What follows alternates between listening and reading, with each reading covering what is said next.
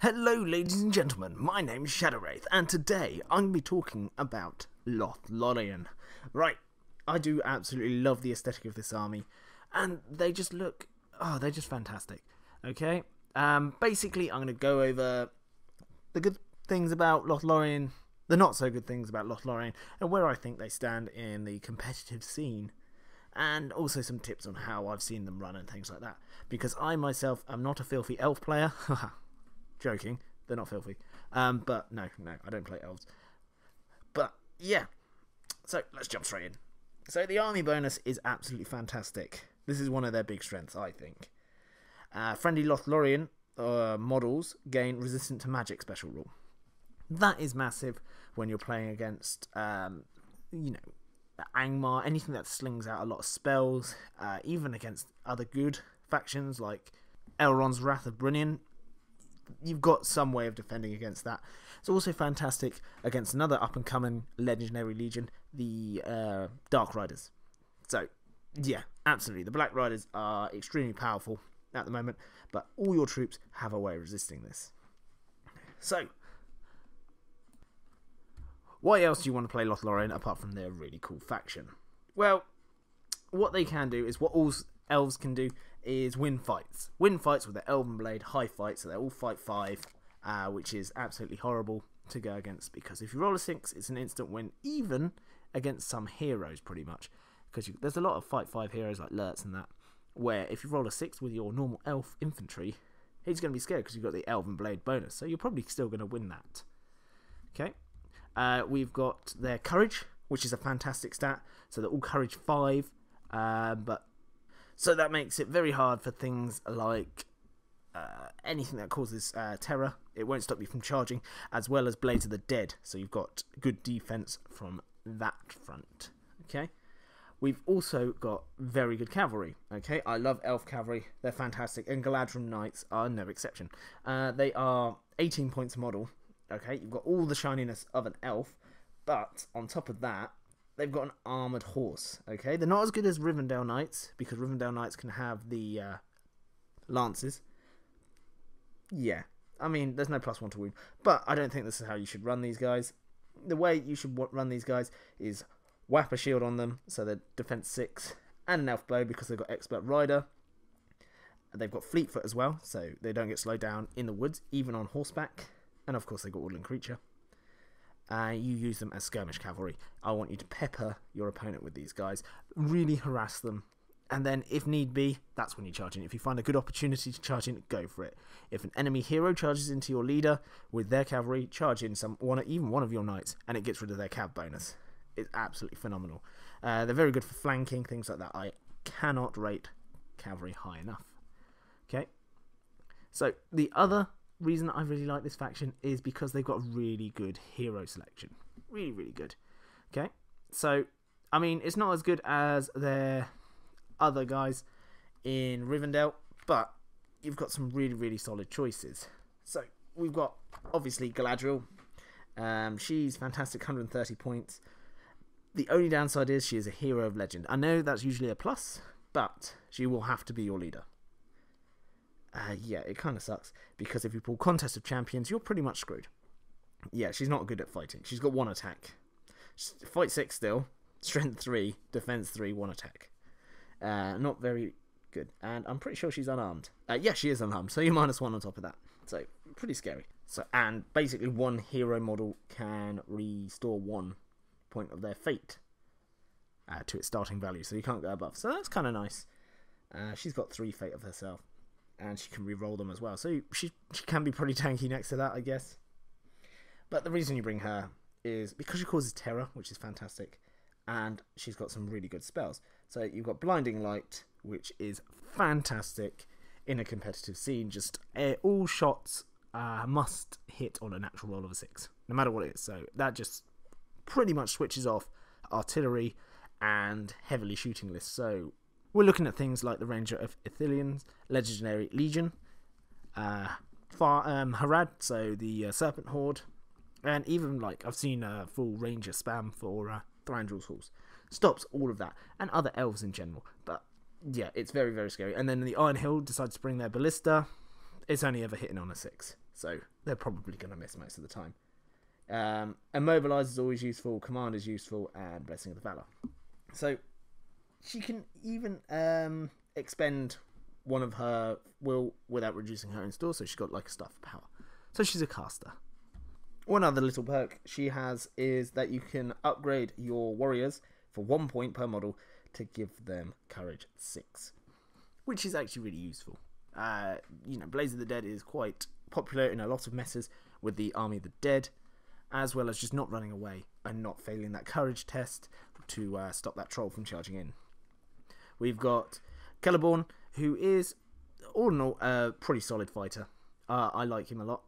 Granted, he's 130 points, which is rather expensive, but he's a hero of valor, fight 6, 3+ shoot value. His strength 4, defense 4 if you don't buy him heavy armor. I'd probably suggest you do. Courage 7, 3 attacks. He's got 3 might, 3 all, 3 fate, so fantastic. He comes with strike, defense, and channeling. And before I forget, Galadriel comes with heroic defense, resolve, and channeling as well. Obviously, she's got channeling. Now, you've got a fighter here who causes terror. He's got Lords of the West, and he's got a 12-inch standfast rather than 6, who can also cast magical powers. He can also do what Galadriel does, and for 1 point extra, your Galadriel Guard have Courage 6 instead. Absolutely fantastic. Really good addition. He can be quite tanky with defense 6, defense 7 with a shield. So, yeah, definitely a top pick. It's really hard to say, but he'd be very good at leading your force, and he'd do fine in Contest of Champions. Shame he can't have a horse, that's all. Now, we've got Rommel, who is fantastic as well. 85 points for this guy. Fight 6, strength 4, defense 7, 2 attacks, 2 wounds, courage 6, 3 might, 1 will, 1 fate. Heroic defense. He can have an elven cloak if you want to, but that's not why you bring him. You bring him for swift parry. Basically, he forces your opponent's models, so one opponent's models, to reroll one of their d6 for the dual roll, and has to be done before any might points are used. So, imagine you've got the big scary Balrog opposite you. You chuck Rommel in, who's not going to be scared of him because he's courage 6 or courage 5 near him, so you've got a good chance of passing. You try and trap him with all your courage 6 or courage 5 around him, Galadriel Guard, and yeah, he rolls a 6 on his 4 dice. Oh no, you've lost the fight because of the fight value. Oh wait, actually, re-roll that. It's not a 6 anymore, but we rolled a 6, so you lose, and the Balrog's got no might. Fantastic for killing the Balrog. It really hurts him, and even then, you can strike up to 10, and you've got the Elven Maid special bonus to increase your chances of winning that fight. And then we've got Haldir. We all know Haldir. He's pretty good. He's good at shooting, so yeah. You give him a bow because he's got expert shot. Haldir is counted as being range of a banner and automatically passes all courage tests if he's within 12 inches of Aragorn or Theoden. So if you're going for a themey list, why not include him? He's only 70 points and he comes with 3 might and he's fight 6. If Haldir is slain in close combat, he may immediately make 1 strength 4 strike on each enemy who's engaged in, which is kind of cool, and it could clutch you a kill right at the end. But yeah, other than that, we've got standard captains. Elf captain, fight 6, defense 6, can be defense 7, pretty scary, stick him on a horse. Wood elf captain, you got the Stormcaller. Stormcaller's not too bad. Yeah, the Stormcaller, yeah, I mean, he's not competitive in my opinion. Cool wins, Enchanted Blades. Enchanted Blades is fantastic, but other than, yeah, I'll just stick. He's only got 3 will. He's unarmed. Well, no, he's not. He's got an Elven Maid sword and stuff, actually. But yeah, pass. Stick to Galadriel or Celeborn or something like that. We've got Galatian Warriors, who are fantastic infantry. So, of course, you give them the standard option. They can have Warhorn, and if you've upgraded them to have Courage 6, they now Courage 7. You can give them Banner, Elf Bow, Shield, or Spear, so they can all Spear support and all that good stuff. Glassroom Knights I've gone over already. Guard of the Glassroom Court. This is the last thing I really want to mention, and, well, second to last, because Sentinels. But 12 points. I think these guys are steal, because they're fight 6, which is fantastic. Same fight as Aragorn. They're strength 3, like an elf. Defense 5, 1 attack, 1 wound, courage 6. Okay? They've got heavy armor and a pike. Elves with pikes. That is terrifying. Okay? So, I'll quickly go over their special rule. In addition to the normal rules for pikes, the Guard of Galadriel Court may also use the rules for shielding. The usual restriction for shielding still applies, chiefly that the Guard of the Galadriel Court, that is, shielding cannot be supported by other models. So you can still shield, which is fantastic. Shielding is very useful, trust me. It has got me out of a lot of scrapes, especially when I'm holding an objective or things like that. Or if I want to hold one flank of my battle line, that's taking quite a lot of punishment. But having pikes, the fact that you can now throw 3 dice in a combat with elf fight value, with the Elven Made special rule, is terrifying. Like I said, a good wombo combo, well, wombo combo-ish, is the Balrog is very, very prominent in my meta. Everyone's loving him with the Depths of Moria Legendary Legion. The way to beat that is to kill the Balrog. Quite simple. Now, if you trap the Balrog and you manage to get a bunch of pike supports in on those people who have also trapped them, and the pike supports don't need to roll courage tests, so realistically, to trap him, you only need 3 models in. One of them, you want Rommel, so he has to re-roll any 6s he rolls. You pretty much got him. I would say is a very good chance you're going to get him. Not in one shot, but you can keep doing that, and then defend that little combat with the rest of your army. Yeah, Elven Pikes. Scary. Everyone's got woodland creature as well, just so you know. Now, the Wood Elf Sentinel is absolutely fantastic. 25 points, which is quite expensive, but they got their enchanting songs. So, they kind of do it like magical powers, but they're automatically cast, you don't spend well, and they can't be resisted. One of them is range 12, and the target model will automatically pass all courage tests for the remainder of that turn. So if you definitely need someone to pass a courage test, that's the way to go. I've seen people use this one quite a lot. We've got the one where you pick an enemy target model, and they must take a courage test. If the test is passed, nothing happens. If it's failed, the model falls under control of you, who then moves it up to its maximum move, even if it has already moved that turn. You can't move it to enter an enemy's control zone, dismount, lay down, all the usual stuff. You can't make them jump off a cliff or anything like that. And they can't move any further that turn. Fantastic. That is so good for singing at a banner, an orc banner, and telling him to go away and have a chill for a bit. It also works for trolls and things like that. So, yeah. Because if you've got a cave troll, they don't have high courage at all.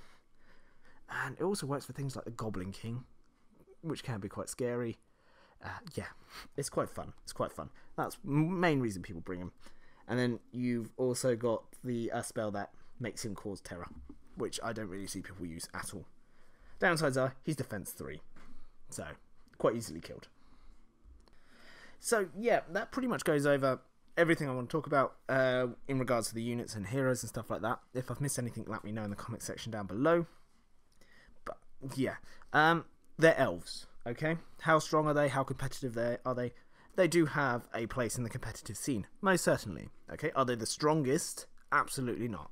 Thranduil's Halls and Rivendell, in my opinion, and in a lot of other people's opinions. Actually, the hard data says Rivendell and Thranduil's Halls are better. Simple. They're just better. They've got more. They've got access to +1 to wound across the board without having to two-hand. They've got slightly better heroes. Yeah, Thranduil's Halls are just absolutely bonkers. Yeah, there's no contest if you're comparing, but they're still very, very solid. And if someone gave me an army of Lothlorien, I would not call it an instant loss. I would definitely be very happy to bring them. The only downside is, of course, you want Galadriel, but at the same time, if you get Contest of Champions, it's almost an instant loss for you, because she's not going to be killing anything in combat. If she could have a horse, it'd be a bit different, but obviously it's Galadriel, she's not going to be riding a horse. You can run Celeborn as your leader, which is a very valid tactic. You are losing out on blinding light, but so you can bring allies in, like perhaps at least one Rivendell elf captain, and then you can bring Círdan, because you need at least one hero fortitude, and Círdan is obviously a minor hero or whatever, independent. Yeah, I think it's just minor now. Yeah, so you can do that. You've got Gandalf you can ally with them with, and of course you've got the Legendary Legion, the Defenders of Helm's Deep. So I kind of wanted to stick to this as a pure faction review, but of course there's a lot of options. Okay, there is a lot of options. You can only bring Haldir and Galatian Warriors. Yeah, but that's it really. You might as well play Rohan, sorry, if you want to do that. But yeah, no. You're definitely not losing a tournament straight away because you're bringing this. You have got a chance of winning, but I do suggest running your list like this, where it's hard to pick. You know what? you know, for fun, I'd probably just go for Celeborn, Rommel together. Maybe a captain to lead more warriors if you need be. I'd definitely take a handful of Glassroom Knights, possibly 6 Galatian Warriors backed up by pikemen. Okay, fantastic. Chuck a Wood Elf Sentinel in there. I wouldn't worry about the Wood Elf Warriors because they're defense 3 and they're just going to die. Because you can win a fight, but as soon as you lose a fight, you die. And they're too expensive to die that quick. That's just my opinion, of course. You want to be shooting whilst... Yeah, there's two kind of... You want the combat build where you can bring the pikemen, the warriors, and Celeborn. And of course Rommel. Or you got the more shooty build where you bring the Lady Galadriel. So she's got blinding light. And you bring as many archers as you can possibly fit in. And sure, bring in Rommel or something like that. But the point of that is you can shoot at them, they can't shoot at you. Hope you found this interesting, helpful. Let me know in the comment section down below if it was either of those or if it was none of them. So yeah, I hope you enjoyed it. If you did, do like the video. And if you're feeling especially sane today, do consider subscribing. We are so close to the 1,000 sub mark. It's insane. I never expected to get this high. Let's hit that milestone and keep on growing. Thank you so much. And I hope you have a fantastic day, and I'll see you in the next video. Goodbye.